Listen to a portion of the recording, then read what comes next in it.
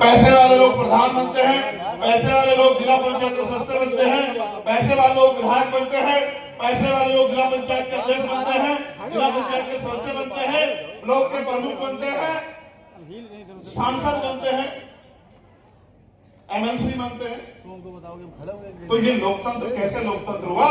अगर पैसे के दम पे सब लोग आगे बढ़ेंगे तो ये धनतंत्र हो सकता है, लोकतंत्र नहीं हो सकता। लोकतंत्र का मतलब तो यह है कि ये किसान, मजदूर, रिक्शा, ठेली, सब्जी बेचने वाले के बेटों को भी बराबर का अधिकार मिला। आज आप देखते हैं, मैंने तो अपनी आंखों से देखा है, इतना पैसा खर्च होता है चुनाव में कि किसी गरीब की हिम्मत भी नहीं है कि वो चुनाव लड़ ले। और इलेक्शन कमीशन ये कहता है कि 33 लाख रुपए तक आप विधानसभा में खर्च कर सकते हैं, यानी कि 33 लाख रुपए जिसके अकाउंट में वही चुनाव लड़ पाएगा मजबूती से। तो आप जितने लोग यहाँ बैठे बताओ कितने के अकाउंट में 33 लाख जमा है? जरा हाथ उठा के बता दो।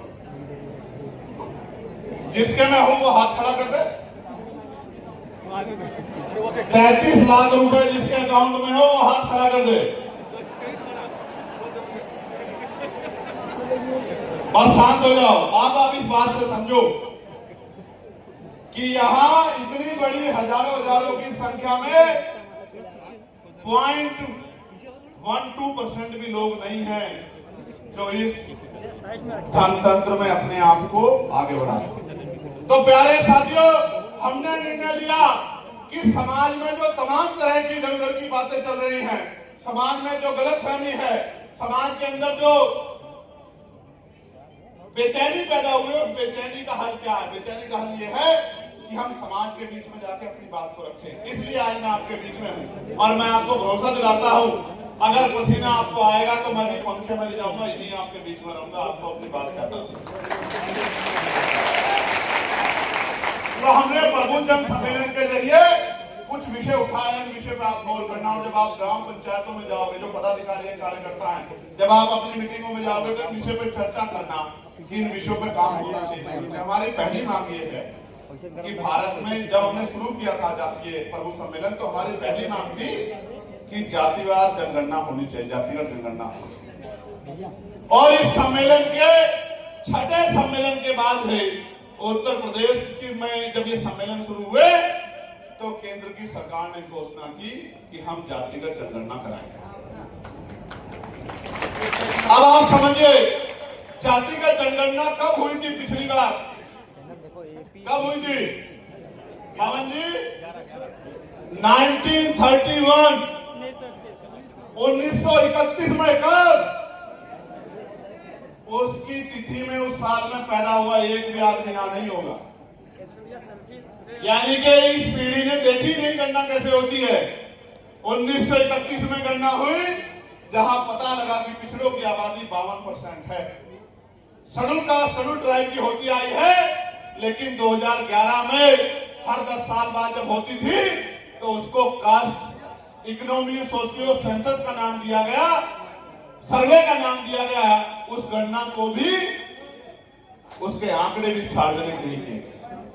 ये बात मैं आपको इसलिए बता रहा हूं, गणना से फायदा क्या है, नुकसान क्या है समझो। क्योंकि टीवी में बैठ के तो पत्रकार साथी राजनीतिक विश्लेषण कह देते हैं कि जातिगत जनगणना से जातिवाद बढ़ेगा। मैं आपको बताना चाहता हूं क्या होगा ये हम बात कर रहे हैं।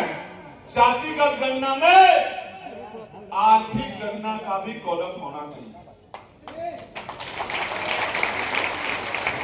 क्या किसके पास टीवी है, किसके पास फ्रिज है, किसके पास कूलर है, किसके पास 2 पहियों की गाड़ी है, किसके पास 4 पहियों की गाड़ी है, किसके पास 6 पहियों की गाड़ी है, किसके पास ट्रैक्टर है, किसके अकाउंट में पैसा है, कौन नौकरी पे है, कौन प्राइवेट नौकरी पे है, कौन सरकारी नौकरी पे है, किसके पास हेलीकॉप्टर है, किसके पास जमीन है और किसके पास बिजनेस है, किसके पास उद्योग है।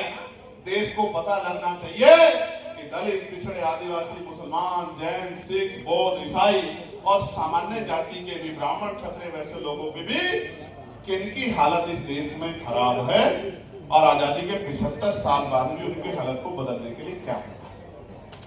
जब ये पता लगेगा, बिहार में हुआ था, कास्ट सेंसस हुआ था, इकोनॉमी सर्वे के आंकड़े जारी नहीं किए गए, तो कास्ट सेंसर से ये पता लगा कि 90% आबादी SC ST OBC की है। तो मैं आपको समझाना चाहता हूं